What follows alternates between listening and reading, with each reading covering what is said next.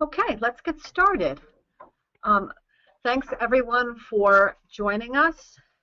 This is Sharon Ward of the Pennsylvania Budget and Policy Center. Um, this is the fourth in our webinar series on hot topics in Harrisburg. And our goal for this series has been to provide people outside the state capitol and some inside as well with an in-depth discussion of one of the most important and sometimes complex issues that is being debated currently in the halls of the General Assembly. We have this is our fourth webinar, as I said. We have one final webinar on June 18th, and at that point we will provide an update on the status of the state budget, which will be in the midst of heated debate as it is due to be completed by June 30th. So today we are going to take on the topic of education funding cuts, and you will note the name of our webinar, Did They or Didn't They? While the impact of reductions in state spending on public education have affected the lives of tens of thousands of education professionals and almost 1.8 million public school students, in Harrisburg there is still a debate about who cut education or whether education funding was cut at all. And indeed today in the Harrisburg Patriot News, this topic was raised by a public school parent in Shippensburg who implored state lawmakers as they debate the current budget to please not tell people that they have increased school funding, because that is in fact different from the experience that she has been having with her two students in public schools. So our panelists today will provide you information on this important topic, give you education funding by the numbers, and provide the experience of school districts and students on the ground. And we have four excellent and accomplished speakers today. The first who will give you the background on Pennsylvania's education budget is Mike Wood. He's the research director for the Pennsylvania Budget and Policy Center here. And prior to joining us, he served stints at the Pennsylvania Department of Revenue and also in the budget office for the city of Harrisburg. He'll be joined by three panelists.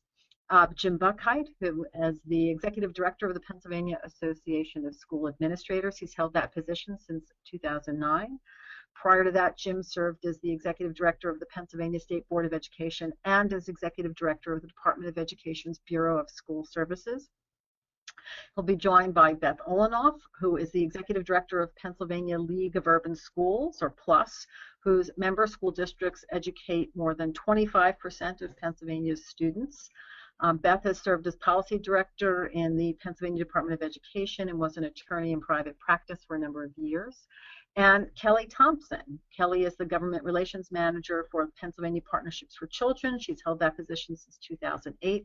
And prior to that, Kelli worked in the Governor's Office of Policy and Planning and for the Pennsylvania School Boards Association. As you can see, all of them have a great deal of experience in public education here in Pennsylvania. So we're about to get started. Two important things. We're going to put everyone on mute for the presentations, which should take about 35 to 40 minutes. And once we are done with the presentations, we will take questions. People can ask questions in two ways. You can wait and be called on, or you can raise your hand, and Chris will tell you a little bit about that once we're done. Just a reminder that this webinar is being recorded, and it will be available on our website at www.pennbpc.org. So let me introduce our first speaker, Mike Wood of the Pennsylvania Budget and Policy Center. Good afternoon, everyone. Thanks for taking the time to listen to this today. It should be a very interesting conversation. Just an overview of what's happened so far. We've had cuts to public education have been significant. I think we've seen that across the state. Education cuts are more severe than seen in many other areas in the state budget, but not all. State-level tax cuts have had an impact on states' ability to fund critical services. Spending cuts shift costs to local governments and local taxpayers, and that we're also going to talk a little bit about new threats to long-term education funding. So did they or didn't they, as Sharon said? Compared to most states, Pennsylvania provides a smaller share of state support for public education. The latest U.S. average shows public schools being supported with a nearly even split between state and local funds. Public school funding in Pennsylvania is pretty different. We are much more reliant on local funds, making up over half of all dollars, with state funds making up only a third of total funding. This funding balance is a choice that lawmakers in Pennsylvania have made over many years. This split between state and local funds varies by school district, with more state aid going to less wealthy schools generally. This creates an unfortunate situation when funding is cut, as we've seen in recent years. Poor schools, the ones with the least ability to make up the loss of funding, receive the biggest cuts. One thing that's interesting in this is that you can see that Pennsylvania has the 8th highest share of local funding in the United States and the 47th highest share, so third from the bottom, of state funding. So we at the state level provide less funding in Pennsylvania than we do than most other states. Some legislators have been saying school funding is the highest in history in an effort to convince people to be satisfied with the current budget proposal. When you look at total state spending on pre-K through 12 education, there's a $100 million increase in the 13-14 budget proposal over spending in 2010-11 before the big education cuts. This does not mean more state dollars are going to our children's classrooms. This increase is due to the required pension increases after a decade-long holiday where state and school districts paid less into the state pension fund. Now the bill is coming due. Pension funding increases by $792 million from 2010-11 to the governor's proposal, which is still subject to change. Classroom funding decreases by $714 million during the same time period. All other pre-K through 12 funding, including transportation, early intervention, and special education cost funding, has remained flat. These figures include temporary federal stimulus or ERA funds in 2010-11 and 2011-12. Classroom funding was cut over $800 million in 2010-11, with only modest increases since. The governor's proposal is $714 million less than for classrooms than they received in 2010-11 from the state. Classroom funding consists of basic education formula enhancements, a supplement targeted to financially struggling schools, school improvement grants, accountability block grants, education assistance program, which provided funds for tutoring, and partial reimbursement for charter school expenses. Since 2010-11, school improvement grants, charter school reimbursements, and the educational assistance programs have been eliminated. Basic education is the primary way the state supports local school districts and operating classrooms. In the last decade, the legislature and the executive branch were making a conscious effort to increase basic education funding. The recession hit, tax revenues fell, and the federal government provided additional temporary funding to states so that they could help avoid making damaging budget cuts. Pennsylvania used these federal funds to increase state funding for basic education. By 2010-11, the basic education funding had reached $5.8 billion, including over $1 billion of temporary stimulus or ERA funds, as they're called. The next year, the federal funds went away, not a surprise. The state chose only to fill in some of the lost funding in 2011-12.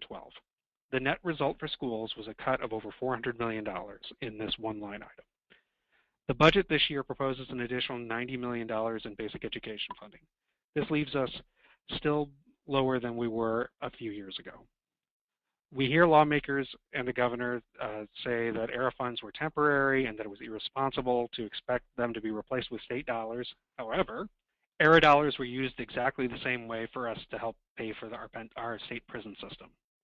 When ERA funds expired, the state found a way to replace the lost federal dollars with state tax dollars. The same thing happened with Medicaid. In the wake of the recession, the state received an additional federal dollars as a temporary increase in the federal share of Medicaid cost. Once the increased federal match expired, state dollars filled back in the difference over a matter of a couple of years, and now are higher than they were in 2010-11 at the height of the federal stimulus program. This means that lawmakers have made an explicit choice to reduce classroom funding. Up to now, we've been looking at nominal dollars This doesn't take into account the loss of buying power over time due to inflation. When looking at state funding for total pre-K through 12 education and classroom funding, you can see that funding in real terms was cut in 2011-12 and still lags behind. Not all programs have been cut during this period. The state prison system has seen a rise in its real funding. Compare that to the state subsidy for special education. This has been funded at the same dollar amount since 2008-9. As prices rise, this funding has less and less buying power, meaning that the real value of state support is declining. Making matters worse, local special education costs are growing much faster than the rate of inflation. Total state general fund spending is just getting back to pre-recessionary levels. Many lawmakers say they'd like to do something to help with funding, including education, but there just isn't any money. There's a reason there isn't any money. Over the last decade, we've seen the cost of business tax cuts balloon from over $800 million per year to over $3 billion in lost revenue in 2013-14. Much of this lost revenue comes in the form of the capital stock and franchise tax rate cuts. This tax is scheduled to be eliminated without any type of revenue replacement on January 1st, 2014. This tax has brought in nearly $1 billion per year as recently as 2007-2008. The scheduled cut loses $350 million in 13-14. When taxes are cut and not replaced, each dollar in tax cuts means one fewer dollar that can be invested in our public schools, hospitals, infrastructure, and public safety.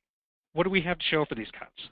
Pennsylvania showed improved job growth performance during the recession because we were hemorrhaging jobs at a smaller share compared to the rest of the country. Since the end of the recession, we've jettisoned many public workers in our schools and local governments and cut taxes. But what has happened to our job growth? It's gotten worse. The House recently passed the governor's tax plan, which includes another decade of business tax rate cuts, this time for the corporate net income tax. This will likely cost $800 million per year in lost revenue when the cuts are fully phased in a decade from now. And the budget situation for 2013-14, the budget that's going to be passed likely in the next month, is worse than what it appeared back in February when the governor proposed his budget.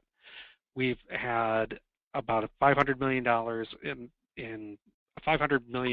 decrease in the amount of revenue that's going to be available to be spent in next year's budget. And the proposed budget increases that the governor had back in February could be completely erased by this new deficit that has to be filled. One thing that we want to emphasize is that this path is not inevitable. There are things that we can do that can help make this a more sustainable budget. And they range from delay planned tax cuts, keeping the 2012 capital stock and franchise tax rate would yield about $355 million in next year's budget, enacting any kind of revenue neutral tax reform, making sure that when we do tax cuts like the governor's proposing, that it's being linked to closing loopholes and doing so in a way that doesn't lose revenue over time. Parity between tax rate cuts and the budget expenditures, making sure that we don't enact large tax cuts into the budget over a series of years into the future, making it very difficult to go back and change them. And also doing something as simple as enacting a real natural gas tax that could yield hundreds of millions of dollars next year. That is it for me. Good afternoon, everyone. This is Jim Buckheit. I'm the Executive Director of the Pennsylvania Association of School Administrators. And I'd like to spend the next few minutes highlighting the findings that the PASA and the Pennsylvania Association of School Business Officials, the annual survey of school districts that we conduct on their financial conditions and what is happening in the school districts. And we usually conduct a survey twice a year, once based on expectations during the budget season, and then once in the summer after all the budgets have passed, both local and the state, and districts have actually made the changes based on those budget figures. So we will actually be releasing the results for the anticipated changes, we hope, next week. So what I will be sharing with you are the observations from the current school year that's just wrapping up and the prior school year. So Chris, if you could take us to the next slide, I'll start the talk about some of these things. So what I'm going to show for these two slides are the past 2 school years and what the changes are in school districts programming that have occurred. As Mike so well shared, that the results of state policy decisions have meant reduced funding for public schools. And although in the past the districts were able to help make up some of the changes in state funding on a local level, they can't do that like they had in the past because of the Act 1 limitations, which restricts how much they can raise local taxes. So now they're dealing with, over the last several years, stagnant state funding, relatively stagnant local revenue, and going into the new year, something different, and that is cuts in federal funding. With sequestration, school districts across the state will lose about 5% of their federal funding, meaning the big grant programs through Title I and IDEA will be reduced in the coming year, and that's really going to severely hurt districts next year. So what this chart shows is that for the past 2 years, pretty much the majority of school districts across the state have dramatically increased class size. 70% did it in the 2011-12 school year, and 51% increased class size in the current school year that's just wrapping up. They've reduced elective course offerings, meaning things like foreign languages, art, music, physical education, family and consumer science, AP classes, specialized courses that really do not have the large numbers of students, the things that really benefit a lot of students. Districts across the state have delayed textbook purchases. They've decreased tutoring opportunities. As Mike shared earlier, there was actually dedicated state funding to provide tutoring to struggling students, and that money went away and is no longer available. And so it's one of those things that we're going to actually hurt the students who need the most help. And the next bar actually shows the same kind of student being hurt. The elimination of summer school, which is largely an opportunity for students to be able to make up work that they were unsuccessful in during the school year. And now that means because of that elimination of those opportunities, they may have to be retained in grade, or sometimes students may not graduate on time because they can't make it up. Chris, next slide, please. Along with the core academic programming, school districts have been cutting the extras that they offer students, extracurricular activities including sports, 31% and 26% respectively over the last 2 years. They've been delaying regular maintenance on their facilities, 37 and 38%. Means roofs leaking, heating and air conditioning systems not operating at efficiency or maybe operating at all, and the buildings not being kept as clean as they perhaps would prefer, grass not being mowed in the playground if they have grass on the playground. So all those things are happening because of the deferred maintenance. Then at the same time, in those places that needed to upgrade their facilities, they're delaying any new or renovation work on construction of the new schools, 16% in 10-11 and 11-12, and 20% in 12-13. And then finally, we have many districts across the state that have been closing school buildings, and we're hearing lots of that going on now in Philadelphia. Harrisburg has done it, in York and Pittsburgh, and many other districts across the state. Next slide. So as I mentioned before, districts have been trying to make up for the loss of state revenue over the last 2 years. And they have limited ability to do that, and also limited desire to do that, because they know the residents in their communities are also facing their own challenges. But when you this chart shows the darker bar shows the increase over the Act 1 limit, which is sort of the inflation rate, and then the gray bar shows no millage, no increase at all.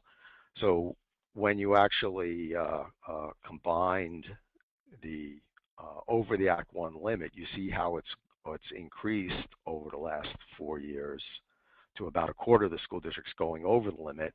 And then when you include the districts that have increased their taxes up to the limit or below the limit, that those numbers in the current year is more than half the districts across the state have increased their local property taxes. Last year was just under 50%. The prior year was in 10-11 was over 57%. So it's the only place they can make up revenue, so that's what this chart shows. And if we go to the next chart, districts, because they can have limited ability to make up revenue, they are tapping into their reserves. Essentially, it was their rainy day funds, their fund balance that many districts accumulated in anticipation of the increase in pension costs. So they knew that was going to happen, and so they started to try to put money in the bank so that when that actually took place, they wouldn't have to make as deep a cuts as they otherwise would need to do. So over the last 2 years, nearly 3/4 of the school districts across the state have been using fund balances, if they have it, to be able to balance their budgets. As much in the current year as about 5% of the total operating expenditures of school districts was coming from fund balance. The problem with this is, as it is with our home budgets, once you spend all your savings, you have nothing left. And so in the next several years to come, we may be facing more places like Harrisburg and York, and Chester Upland and Duquesne, and Philadelphia, places that don't have any money in the bank and are really going to struggle to see where they're going. Next slide. I wanted to just go back in time a little bit and talk about, if you may recall, that in 2006 the General Assembly authorized conducting what was called a costing out study to look at what do we actually need to spend in order to meet our educational needs that will allow all students in the state to meet academic standards. And so the firm was hired to do that work. They took about 8 months to made the report. And then a proposal was made to try to attain that level of funding, which came out to about $4.3 billion more needed to achieve that. And it was proposed to over a 6-year period to try to attain that level. And what this chart shows is where that level would be today with an inflation index. This would just be state funding, that if into the coming year, the state would need to spend $8 billion in its basic education funding line in order to meet the targets that was set by the costing out study. And you'll see the gap there, that we are quite deficient in that level. It's actually a gap of $2.59 billion in state funding from what the costing out study recommended back in 2006. So with that, I will now turn it over to Beth Olanoff. Oh, Kelli Thompson, I'm sorry. That's okay, Jim, thanks. What you just discussed was a great lead into some of the issues I wanted to touch base on here this afternoon on education funding. We've talked a lot about the amount and the cuts that have occurred in the past couple years. But there are other, I think, 3 related issues connected to education funding that I think are worthy of pointing out this afternoon. And, really, Jim was perfect segue into this. And the first one is the distribution of basic education funding. When the costing out study was released back in 2007, that following June of 2008, Pennsylvania adopted its first basic education funding formula in almost 2 decades. And so since we've had these cuts in education funding, we have also done away with the formula, the rational and definitely more equitable distribution of basic education funding that was really targeted to close adequacy gaps in school districts, but also support kids with more education, with more financial resources, the kids that cost more to educate. In particular, we know that the formula included weights for students who were English language learners or who live in poverty. So the funding cuts that occurred 2 years ago really disproportionately impacted school districts that serve those high-need children and really caused some of the funding gaps that we're seeing. The other thing to point out in that the loss of the formula is that it took into account geographic price differences. I think that when we were advocating for the formula, one of the things that many people talked about was that things cost differently in Tioga County than they do necessarily in Chester County. Local tax effort. The formula took all of those things into account, and that has now gone away. I would be remiss if I didn't say that the budget proposal for this current year, for fiscal year 13-14, does include a method to distribute the $90 million increase that does count kids and does take into account the local wealth of the school district via the aid ratio. But it still doesn't account for the factors that the student-centered factors that increase the cost of education for many school districts in Pennsylvania. So I would say that the distribution method this year that's being proposed is not necessarily on the wrong path, it's just incomplete. But I think that there is a lot of interest moving forward to kind of resolve that funding formula, hopefully down the road. The second thing I wanted to point out with regard to public education funding is how important the Accountability Block Grant Program was to school districts, but especially to our youngest learners in Pennsylvania. We saw in 2011-12 $150 million cut to the Accountability Block Grant Program. And that program was specifically targeted, it was a flexible targeted funding stream. So what does that mean? It was provided to school districts to fund targeted programs that evidence or research has shown to increase student achievement, but it had a menu of different options. So it gave school districts some flexibility on how to allocate those dollars. The most popular choice of school districts for the Accountability Block Grant Program was to fund full-day kindergarten opportunities for Pennsylvania's youngest elementary school learners. And that was a really good thing, and we saw a rapid expansion over the years as Accountability Block Grant dollars ratcheted up starting in 2004, 2005 to 2008, 2009. We saw a 91% increase in the number of children that received full-day kindergarten opportunities. At the height of the program, we know that 66% of the state's 120,000 kindergartners were supported through the Accountability Block Grant Program in their full-day kindergarten program. And I think you have to be living under a rock over the past couple of years to not know that school board members were put in the very unfortunate position of having to in some cases choose between higher class size or kindergarten programs. And thankfully many school districts, and I think that they deserve a lot of credit, chose to prioritize keeping those full-day kindergarten programs because they recognize the value to their communities and they recognize the value to their students. But we did see some school districts scale back or completely eliminate full-day kindergarten in the past 2 years. We looked at enrollment reports from the 11-12 school year or 12-13 school year, and we were able to see that 16 school districts had who had partial, meaning they served some children in full-day kindergarten, or they had comprehensive full-day kindergarten for 100% of their kids. Those programs were eliminated.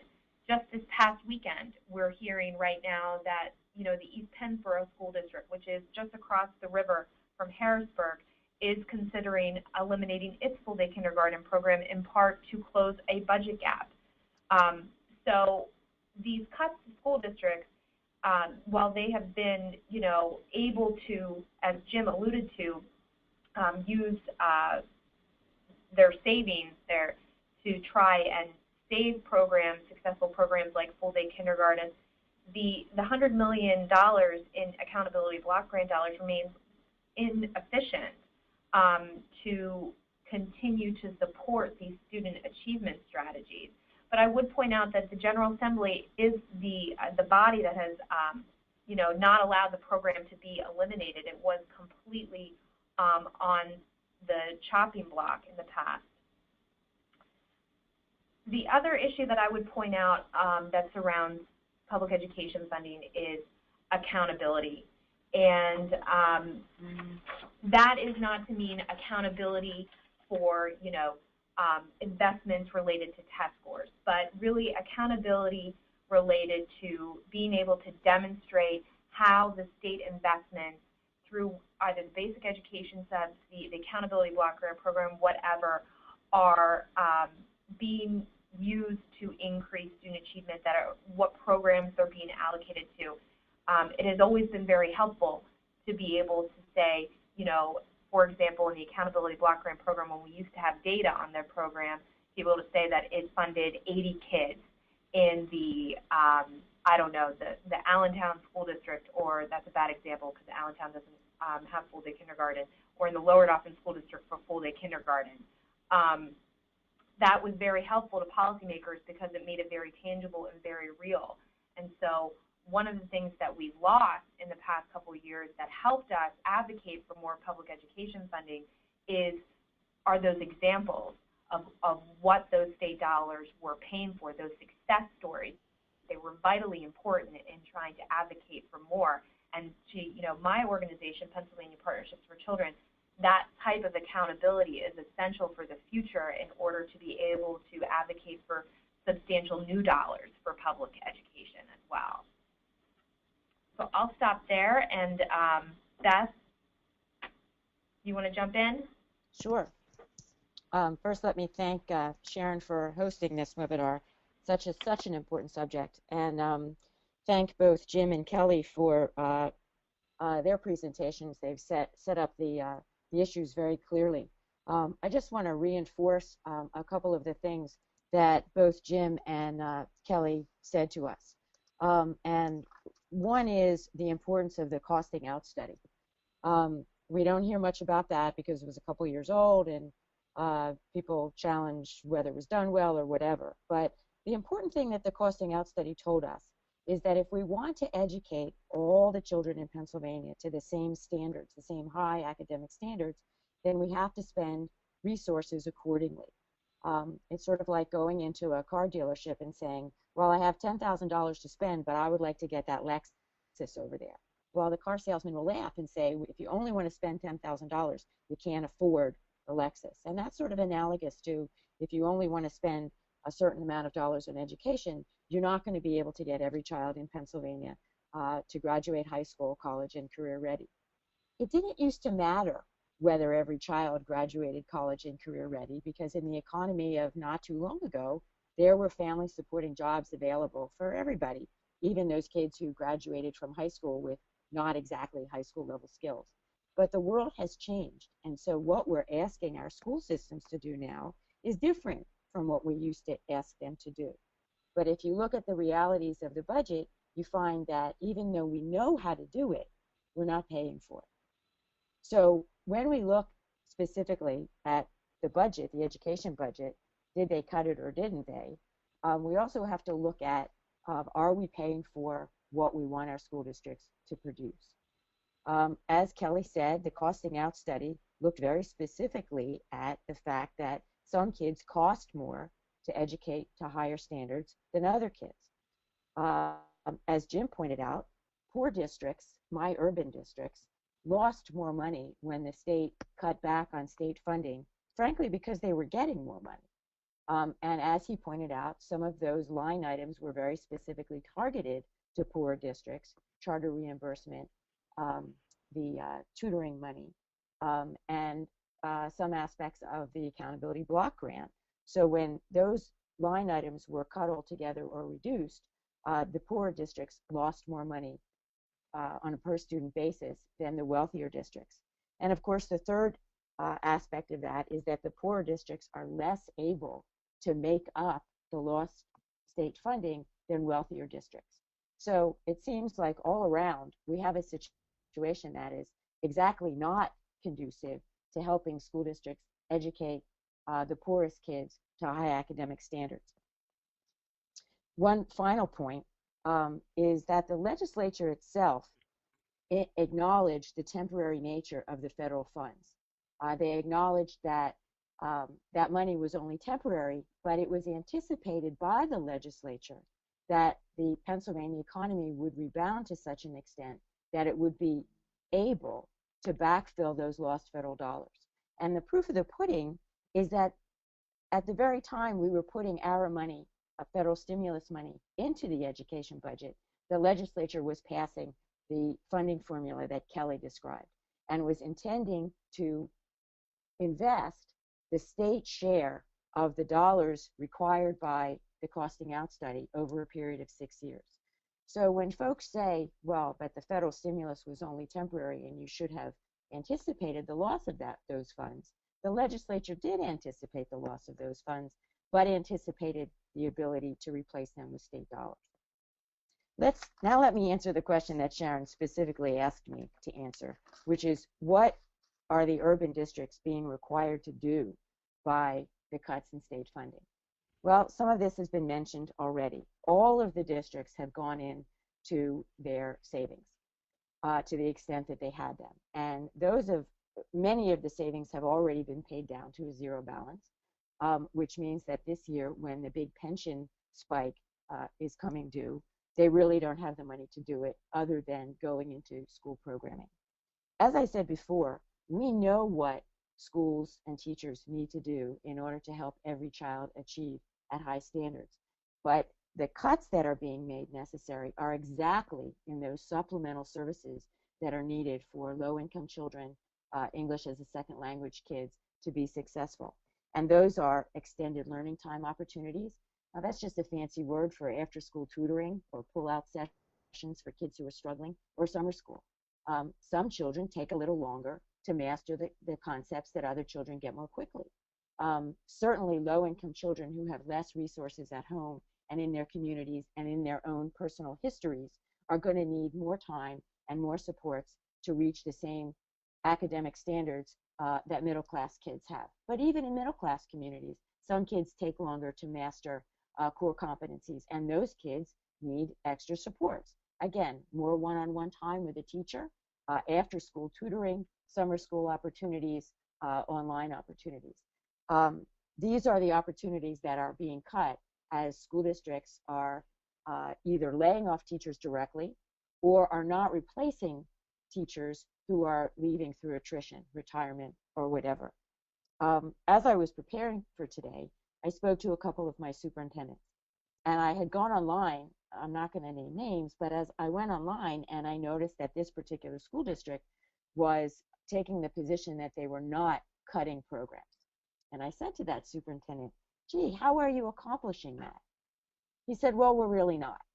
We're doing it by shifting things around. We're not replacing teachers who are leaving via retirement. We're cutting library support, cutting a librarian at every school. Now that librarian covers 3 schools. We're using licensed practical nurses instead of registered nurses. And some of my districts have no nursing staff at all. You may have read in the paper about the just draconian cuts that will be visited upon the Philadelphia School District if they're not successful in getting more local revenue and a little bit more state revenue that is currently budgeted. They're facing the elimination of counselors, librarians, assistant principals, summer school, and all of the extracurriculars that many students who otherwise would be disengaged from their academic participation really rely on: music, art, after school athletics. Some schools are eliminating physical education, which means that kids who need that active physical break, which is really most kids, in their day in order to be able to concentrate are not going to have that opportunity. Class size. Some of our districts, all of our districts are increasing class size. Some of our districts are increasing class size to numbers that boggle the mind. 35 to 40 kids in an elementary classroom, one teacher, no aide. Any child who doesn't get the concept when the teacher presents it the first time is just going to be left behind. Recently, the librarians in Pennsylvania participated in some very significant research that showed how schools with active certified library staff working collaboratively with classroom teachers substantially increased reading scores and reading comprehension. And yet librarians and school libraries are on the chopping block. These are the kinds of cuts that are going on in every urban district in Pennsylvania, sometimes obviously, and in a place like Upper Darby, for example, where there was lots and lots of community pushback, and in other places more camouflaged by superintendents who are finding ways to rob Peter to pay Paul, but are reducing the opportunities available to students in the same way.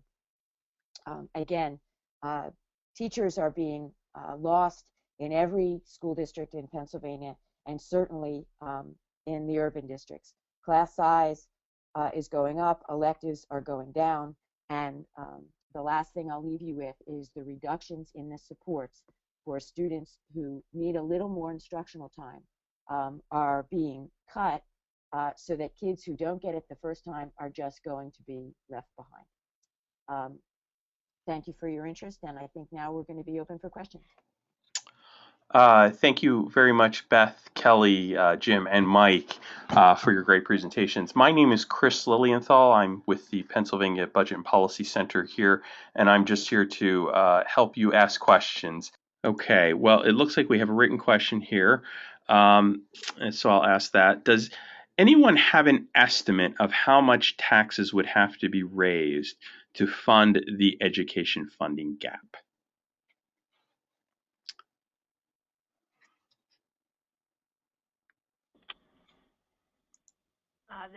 This is Kelly. I have no idea.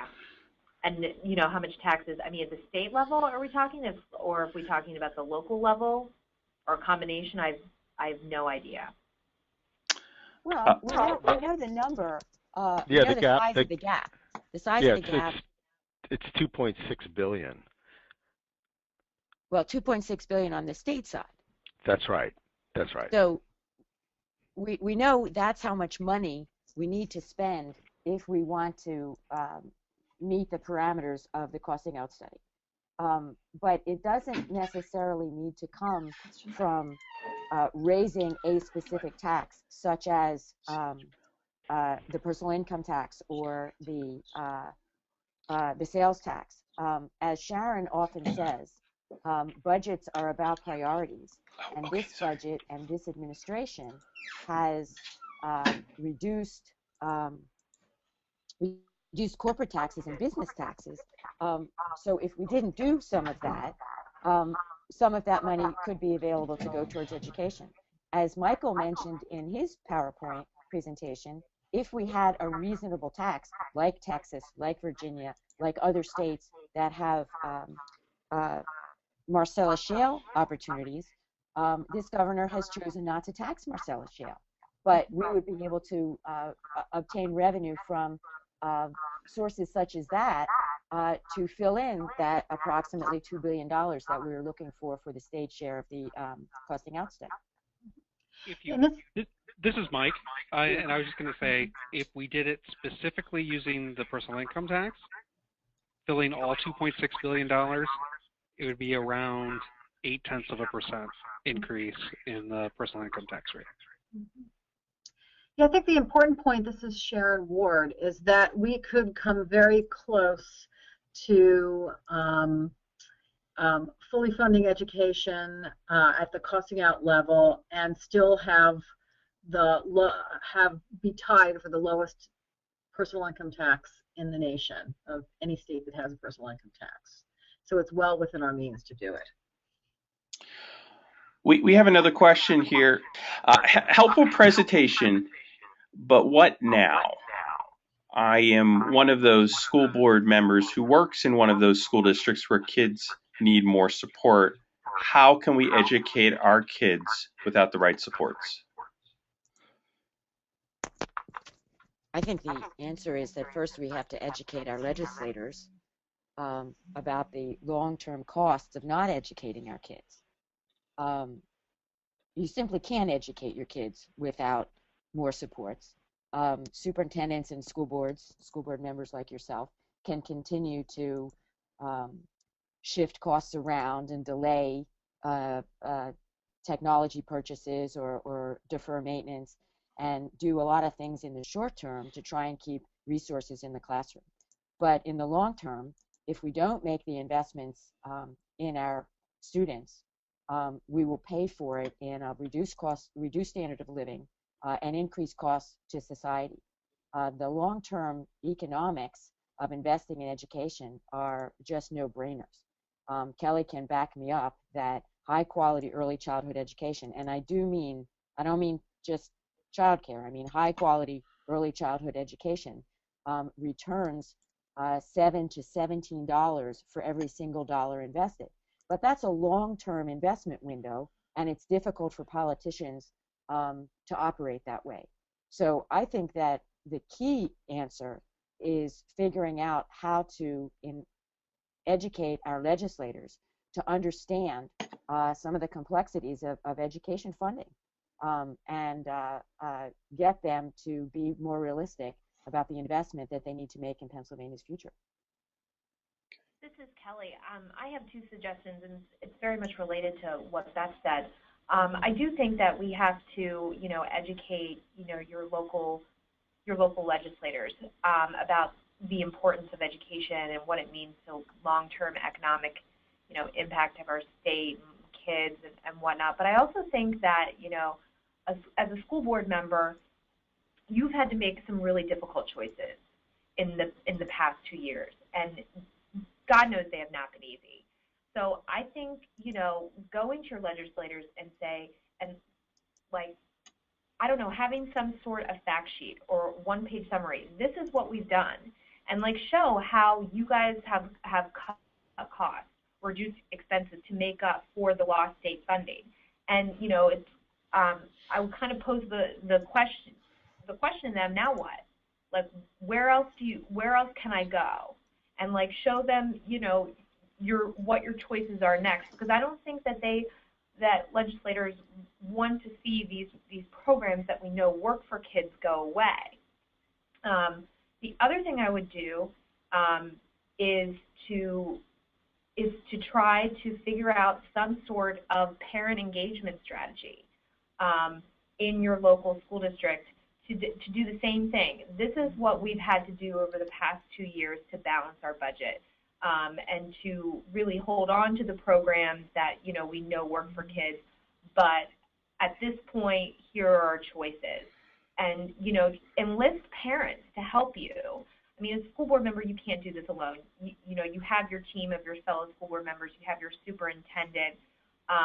But it also has to come from the community. And I think parents have, they've been vocal at school board meetings. We saw this past weekend with the proposal to eliminate full-day kindergarten in the East Pennsboro School District.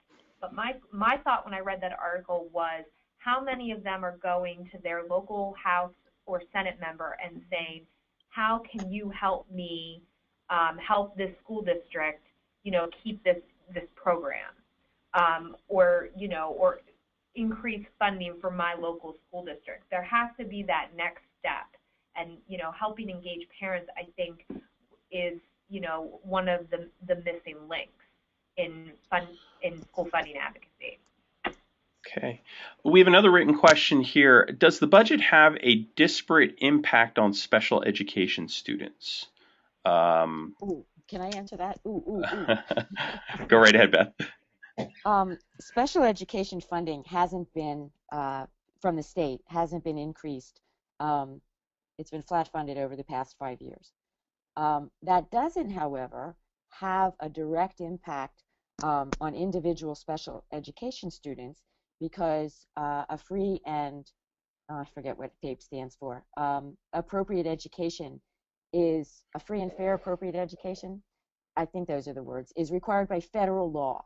So school districts, when faced with the needs of a special education child, have to accommodate the needs of that child to some extent, almost no matter what it costs. So in that regard, and I don't mean to be disrespectful in any way to individual kids with special needs or their families, but those children actually take dollars away from all of the other kids when there's no more money forthcoming from the state or from the local taxpayers. And when the state, as it funds special education here in Pennsylvania, it's been this 16% rate of state funding, regardless of the actual needs, the actual number of special education kids in a particular district, or the actual dollar amount that those special education kids cost. So districts end up having to provide the FAPE education to special education students, even if that means they have to take the dollars away from other programs. So as one of my colleagues, Susan Gobreski from Education Voters likes to say, that reality pits one kid against another kid, and without making the pie bigger. Now, in Pennsylvania, we've just passed a law, and the governor has signed it, and a commission is about to meet to try and change how special education, how the state dollars flow for special education. But that, whatever new formula those folks come up with, will only apply to new dollars. And there's another aspect of the whole funding scheme in Pennsylvania, which causes more money than is actually spent to flow out of traditional districts into charter schools attached to special education kids.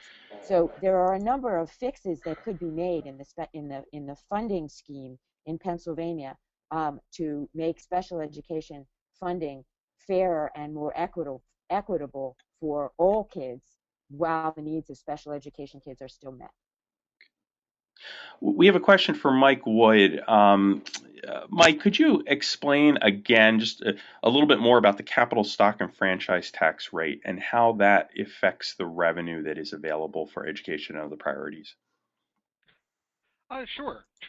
The capital stock and franchise tax is one of the two major business taxes that Pennsylvania has levied over the last 50 years.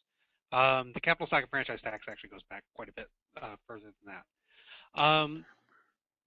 What happened is, beginning in 1999, I believe it was, the rate of the capital stock and franchise tax was first reduced, and then reduced again in 2000, and then in 2001 there was a plan to phase it out over the course of 10 years, dropping it 1 mil, so 1,000th of a number or whatever per year until it was eliminated. The tax used to be at 12.99 mils, and businesses would pay it on the value of their capital stock there, so the book value of their company. Over time, that's been reduced, and when the economy would not be good, what lawmakers would often do was to delay the rate cut, and that happened 3 times before. What's happened now is that it was still on schedule, and in the last couple of years it was cut by 1 millage rate, 1 point each year. Now it's at 0.89%, 0.89 mils if you look at the rate for 2013, and then next year it'll be completely phased out. The tax itself used to bring in a significant amount of money. It brought in about $1 billion a year in 2007, 2008. This last year, it brought in $600 million. This year it's supposed to bring in around $300 million, and then it ends up bringing in, it's almost entirely eliminated. So the idea is, if we're talking about, things that we can do that can help preserve funding, that if we can't, if we say we don't have enough revenue from traditional sources, what we think we're going to bring in from state taxes, what kinds of things can we do that could help bring in additional money? And one thing would be freezing the capital stock and franchise tax, like has happened before. Freezing it at the 2012 rate would bring in about $350 million. So that would be very helpful in a way of being able to help offset some of the shortfall that we see in the budget for this next year. To the gentleman who asked the question about what can we do next, for many years, education advocates have tended to stay away from the revenue side.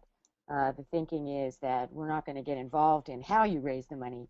We just want you to raise the money, and then we'll engage with you about how to spend it, and mandated programs, and pre-K is important, and all that sort of thing. I think the time has come that in our grassroots organizing of parents and community members, that we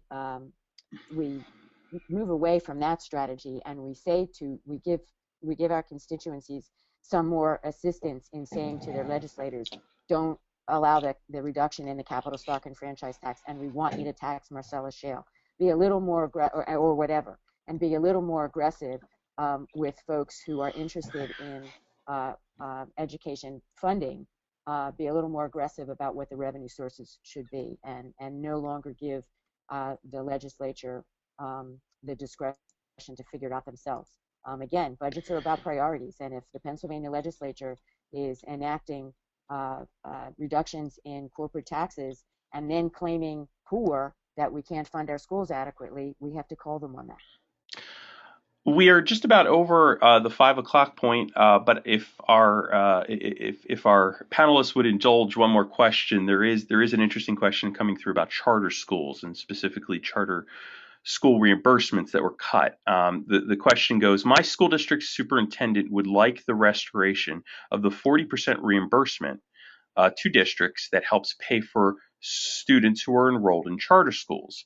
Currently, there is no reimbursement. In my district, it's $500,000 that the district pays for the charter school students. Is this the best way to go about solving this problem, or is there a better way? Would any of our panelists be able to chime in on that issue? This is Jim. I'll say, while the funding that was provided to school districts to help reimburse a portion of the charter school costs was important and is important, and should be, some portion should be restored. I think the more critical approach would be to actually set a charter school funding formula that actually and appropriately reflects the cost of educating a student in attending a charter, and particularly a cyber charter school. Both of those, the formula for providing school districts payments to charters and cyber charter schools was based on, it's basically a determination that many agree is way out of whack for regular education students, because particularly in the cyber charter schools, where we have school districts contracting with the same content providers with companies that deliver curriculum and instruction for about half the price of what the school district has to pay one of their students to attend a cyber charter school. So we know that the costs for providing those kind of opportunities can be much less than what school districts must provide in the tuition payments. And so that's one area that needs to be corrected. But as Beth mentioned earlier, it's the special education funding, which is totally out of whack, that in some districts are paying $15,000, $16,000, $18,000, $20,000 per student with disability, regardless of the disability that the student has, even if it's a relatively low or mild disability that requires very little support. The charter school still gets that full $20,000. And it's just this fantasy formula that was created, and it's totally not based on reality. And so if we just set the formulas for paying charter schools on a realistic basis, districts would save literally tens of millions of dollars a year. Well, thanks very much for that, Jim, and great explanation. And I want to thank all of our panelists, Jim Buckheit, Kelli Thompson, Mike Wood, and Beth Olanoff, for their very informative presentations today. And I want to remind you that our next webinar is scheduled for Tuesday, June 18th. We know that the state budget process will be kicking off tomorrow. The House will present its budget on a press conference tomorrow at 11:30. So we will know, I guess, can say let the games begin tomorrow. And by June 18th, we'll have a better sense of where things are and can share that with you. So again, if you'd like to review the presentation, it will be available at our website. You can see it listed there. You can also find archives of our presentations of our prior webinars. And thanks very much for joining us, and thanks again to our speakers.